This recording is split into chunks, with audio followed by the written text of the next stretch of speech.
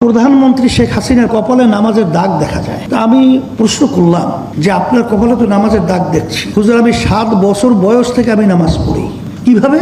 বলে, হুজুর, আমি যদি নামাজ না পড়তাম, আমার মা আমার জন্য ঘরে ভাত পাক করতো না। আমার মাকে আমাকে নামাজি বানাবার জন্য চেষ্টা করেছে।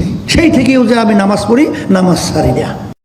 ওরা হাজার হাজার কোটি কোটি টাকা ইনভেস্ট করতেছে তোমাকে আমাকে কেনার জন্য, এবং সাকসেসও বটে।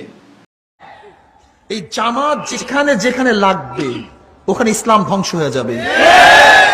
জামাত লাগছে আলিয়া মাদ্রাসার মধ্যে, আলিয়া। জামাত লাগছে ইত্তেহাদুল উম্মার মধ্যে, ইত্তেহাদুল উম্মাহ।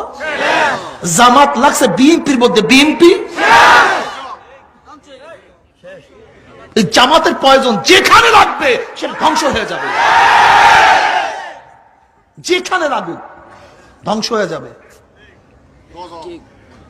আল্লামা দারখাস্তি রহমাতুল্লাহ বলছেন, আল্লামা দারখাস্তি রহমাতুল্লাহ হাফিজুল হাদিস, যে হাফিজুল হাদিস 1 লক্ষ উপর হাদিস মুখস্থ ছিল, আব্দুল্লাহ দারখাস্তি রহমাতুল্লাহ আলাইহি, তিনি বলেছেন যদি কোন দেশ যদি কমিউনিস্টরা দখল করে নেয় সেখানেও একদিন ইসলাম আসতে পারে,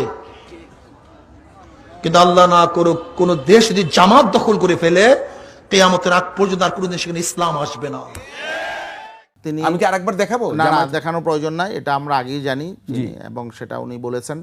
ঠিক আছে, উনি ওনার দৃষ্টিভঙ্গিতে এটা বলেছেন, তখনকার প্রেক্ষাপটে হয়তো বলেছেন, কোন প্রেক্ষাপটে কিভাবে বলেছেন, সে কোন সময়ে বলেছেন, সেই সময়ের জন্য হয়তো সেটা উপযোগী ছিল, তাই না? সময় তো পরিবর্তন হয়।